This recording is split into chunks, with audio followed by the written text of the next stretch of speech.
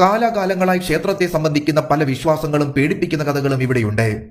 അതിനാൽ തന്നെ മിക്കപ്പോഴും സൂര്യൻ അസ്തമിച്ചു കഴിഞ്ഞാൽ ഇവിടെ നിൽക്കുവാൻ ആളുകൾ താല്പര്യപ്പെടാറില്ല.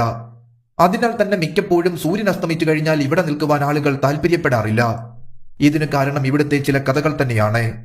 ഒരിക്കൽ ഇവിടം ഭരിച്ചിരുന്ന പാർമര രാജവംശത്തിലെ സോമേശ്വര രാജാവ് രാജ്യത്തിന്റെ അഭിവൃദ്ധിക്കും ഐശ്വര്യത്തിനുമായി ഒരു സന്യാസിയെ ഇവിടേക്ക് ക്ഷണിക്കുകയുണ്ടായി. സന്യാസിയുടെ പ്രാർത്ഥനകളുടെയും പൂജകളുടെയും ഫലമായി രാജ്യം പഴയതുപോലെ ഐശ്വര്യസമൃദ്ധമായി മാറി. എന്നാൽ അപ്പോഴേക്കും എല്ലാവരും സന്യാസിയെ മറന്ന് തങ്ങളുടെ ജീവിതത്തിലെ തിരക്കുകളിലേക്ക് മടങ്ങിപ്പോയി. അപ്പോഴും സന്യാസിയെ സംരക്ഷിച്ചത് ഇവിടുത്തെ ഒരു ചുമട്ടുകാരന്റെ ഭാര്യയായിരുന്നു.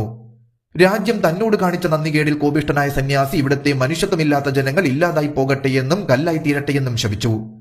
തന്നെ ശുശ്രൂഷിച്ച ചുമട്ടുകാരന്റെ ഭാര്യയെ മാത്രം അദ്ദേഹം ശാപത്തിൽ നിന്നും ഒഴിവാക്കിയിരുന്നു. അദ്ദേഹത്തിന്റെ ശാപത്തെ തുടർന്ന് അവിടെയുള്ള എല്ലാവരും മനുഷ്യരടക്കം കല്ലായി മാറി. തിരിഞ്ഞു നോക്കാതെ പോയ ചുമട്ടുകാരന്റെ ഭാര്യ ഗ്രാമാതിർത്തി എത്തിയപ്പോഴേക്കും ആകാംക്ഷ കൊണ്ട് തിരിഞ്ഞു നോക്കുകയുണ്ടായി.